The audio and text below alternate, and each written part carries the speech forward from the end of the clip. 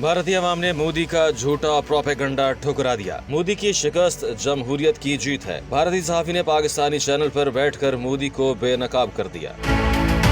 एक पाकिस्तानी चैनल के प्रोग्राम में गुफ्तगू करते हुए भारतीय सहाफी सुधेंद्रा कुलकर्णी का कहना था कि मैं सबसे पहले अपने पाकिस्तानी बहन भाइयों को बताना चाहता हूं कि आज जो इंडिया में इलेक्शन के नतीजे आए हैं, इससे एक बात साफ है कि दुनिया के सबसे बड़े जमहूरी मुल्क में आज जमहूरियत की जीत हुई है। पिछले 10 सालों में नरेंद्र मोदी की हुकूमत ने जमहूरियत का गला घोटने की कोशिश की थी और ऐसा लग रहा था कि उनको तीसरी बार बहुत बड़ा मैंडेट मिलेगा और वो खुद भी कह रहे थे कि इस बार 400 पार करेंगे, यानी 543 सीटों में से 400 से ज्यादा सीटें हासिल करेंगे। लेकिन जब आज रिजल्ट आया है तो नरेंद्र मोदी की जमात को क्लियर मेजॉरिटी भी नहीं मिली है। उनकी अपनी जमात की टोटल सीटें 240 पर रुक गई हैं। हालांकि वो फिर एक बार वजीर आजम बन सकते हैं, लेकिन उनकी मेजॉरिटी भी कम हुई है और उनकी क्रेडिबिलिटी भी कम हुई है। और ये भारत की जमहूरियत, हमारी हिंदू मुस्लिम यूनिटी और हमारे आइन की बहुत बड़ी जीत है।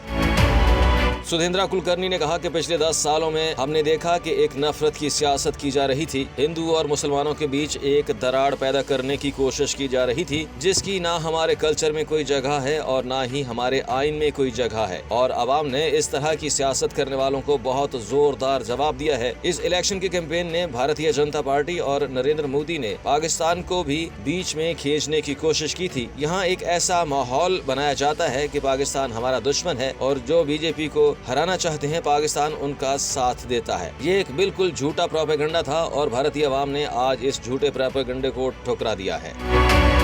सुधेंद्रा कुलकर्णी का मजीद कहना था कि मोदी की शिकस्त की एक वजह यह है कि पिछले 10 सालों में भारत में इकोनॉमिक प्रोग्रेस काफी हुई है, लेकिन इसका फायदा सिर्फ अमीरों को हुआ है। गरीब आवाम को इसका कोई फायदा नहीं हुआ है और अमीर अमीर तर और गरीब गरीब तर हो गए हैं। दूसरी वजह यह है कि मोदी ने अपनी हुकूमत को अनडेमोक्रेटिकली अपने मुखालिफों के खिलाफ इस्तेमाल किया और कईयों को जेल में डाला और कईयों के खिलाफ केसेस बनाए। ये लोगों को पसंद नहीं आया। और जो हमारा सबसे बड़ा सूबा है यूपी, जहाँ बीजेपी की सरकार है, वहाँ पिछले कुछ सालों में मुसलमानों के साथ जो सुलूक किया गया है, इसका जबरदस्त रिएक्शन हुआ है और सबसे बड़े सूबे में सबसे बड़ी हार बीजेपी को मिली है।